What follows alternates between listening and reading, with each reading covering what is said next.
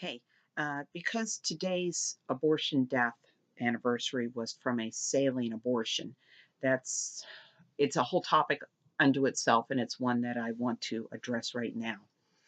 Uh, um, Saline abortions were developed in 1939 by a Russian abortionist whose last name I can't pronounce, Abruel.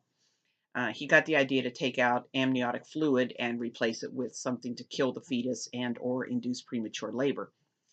Um, so those were called induction abortions at the time.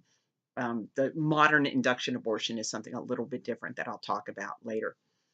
But different substances were tried with different various degrees of success and complications. Um, but the primary one that came out on top was hypertonic saline. And what that is, it's a very strong sterile salt solution. Um, your contact lens saline or the saline IV you get is called normal saline, and that means it has the same amount of salt in it that your cells do. Hypertonic saline is very, very, very salty, and it just sucks all the fluid out of your cells. So it's a hot mess. So at any rate, um, the worked by two methods. One is, of course, that it usually killed the fetus. I mean, the fetus. This was done generally after around 16 to 18 weeks, and the fetus would be breathing this in and swallowing it. And what happens when sailors stranded at sea drink salt water? You know, it makes them very sick and then it kills them. So it's swallowing it, it's breathing it, but also it would irritate the uterus and cause contractions. And so um, wasn't a pleasant experience. The doctor would remove as much amniotic fluid as he could with one of those gigantic syringes, like the ones they use for prenatal testing, and inject the salt solution, and then he could leave. Um, most of these were done in hospitals because they were done back when most second trimester abortions were being done in hospitals. There were some uh, free flying guys who did them outpatient, but fortunately, they were a little unusual. I think they were a little bit more common in New York because in 1970, after New York legalized, some guy set up shop just injecting the women with the saline and sending them home to expel the baby. Um, I mean, they tried other things, but they settled on saline. But Japan had had experience with saline abortions after World War II. Um, over 70 papers were being published in Japan about the hazards of saline abortions, including reporting at least 60 maternal deaths. The Japanese Obstetrical and Gynecological Society condemned the technique and it was abandoned there. Interestingly enough, it was abandoned in other countries too, including the Soviet Union, good old Mother Russia, where it was first developed. Um, so two Japanese doctors, Takashi Wagatsuma and Yukio Manabe, broke the silence.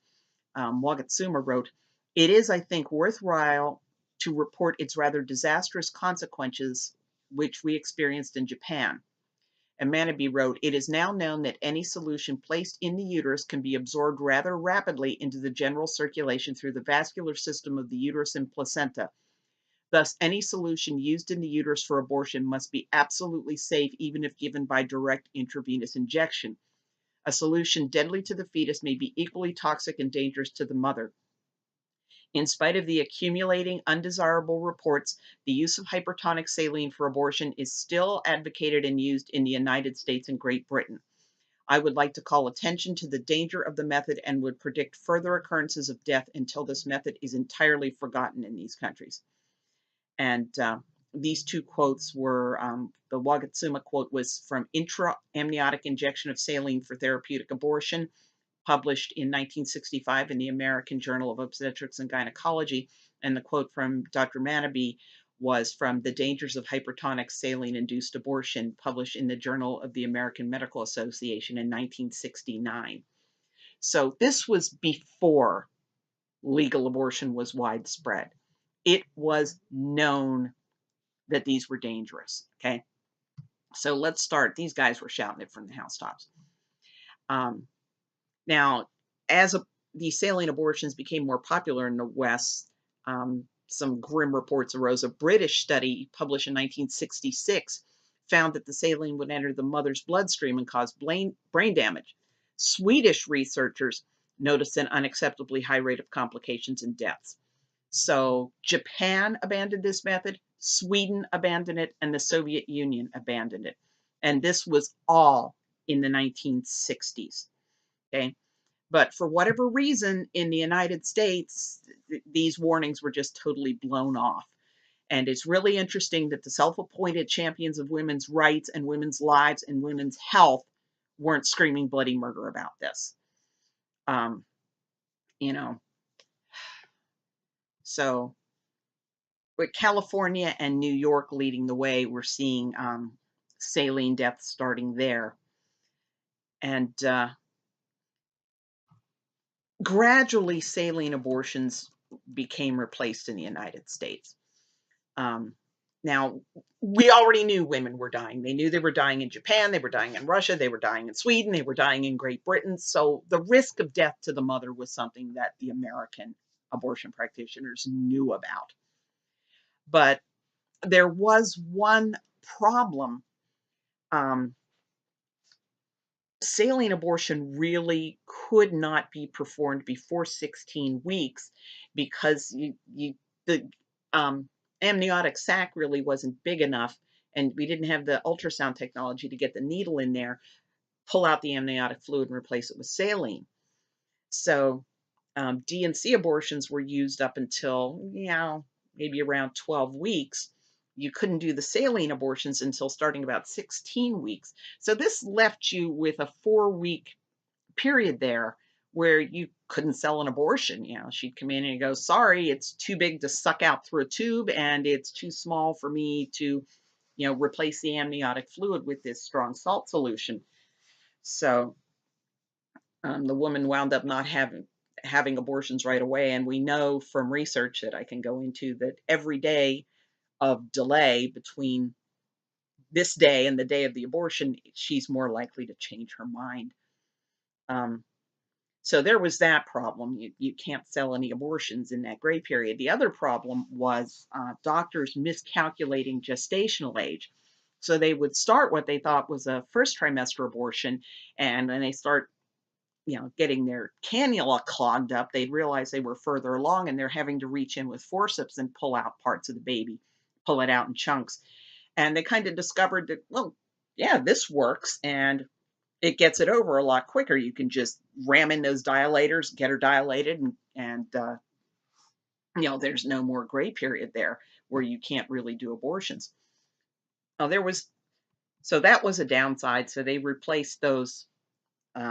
They replaced the gray period with those D&E abortions, dilation and evacuation. And as they got skilled, they did them later and later in the pregnancy. And there was another problem that saline abortions had, which is sometimes it did not kill the baby.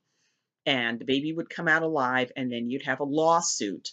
And in one case, doctor in California, William Waddle, was performing a late, late abortion on she was 15 or 16, a 15-year-old or 16-year-old girl named Mary.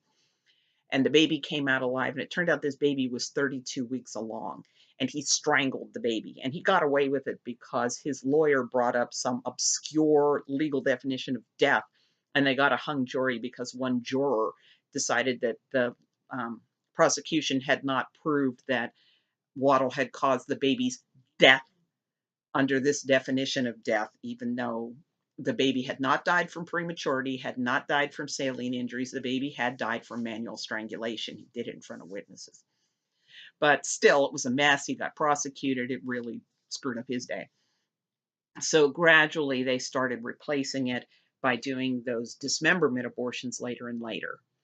And we can talk about those later. But fortunately, the saline abortions have gone the way of the dodo. If they're going to do an induction abortion now, when they induce labor, they use that same needle, but they inject poison straight into the baby's heart instead of flooding the amniotic sac with poison. That's how those are done.